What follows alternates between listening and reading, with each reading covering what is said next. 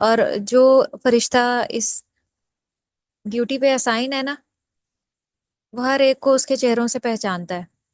اس کو پوری دنیا میں کسی کو بھی پہچاننے میں مشکل نہیں ہوتی. جس کا وقت آ جائے کہ میں نے اس کی جان نکالنی ہے تو وہ کہاں پہ ہے، فوراً سے وہاں پہ پہنچ جاتا ہے، چاہے وہ دنیا کے کسی بھی کونے میں کیوں نہ بیٹھا ہو. یعنی اس کو وہاں پہنچنے میں وہ اس تقدیر کے لکھے ہوئے وقت سے ایکسیڈ نہیں کرتا، بلکہ اپنے مقررہ وقت پہ وہاں پہ پہنچ جاتا ہے اور اس ٹائم پہ جا کے اس انسان کی جان نکال لیتا ہے.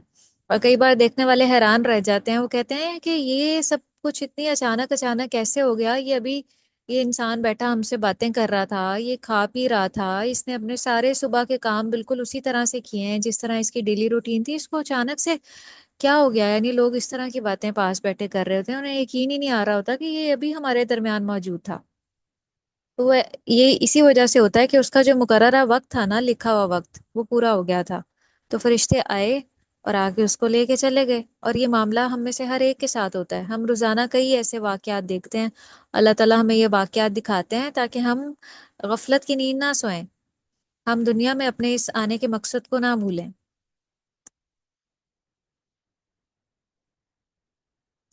اچھا، وَمَن یُرِدْ ثواب الدنیا نؤتہ منہا وَمَن یُرِدْ ثواب الآخرہ نؤتیہ منہا. آیت کے اس حصے سے اپنے عمل کے لیے کیا سیکھا؟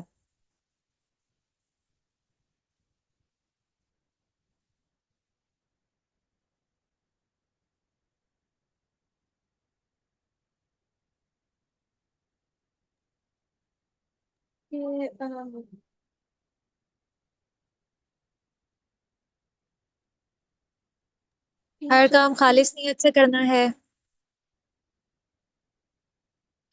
دنیا میں کسی انسان سے بدلے کی امید نہیں رکھنی، صرف اللہ سے اچھی امید رکھنی ہے. ہر کام آخرت کے لیے کرنا ہے. آیت 146 میں صابرین کی کیا صفات بتائی گئی ہیں؟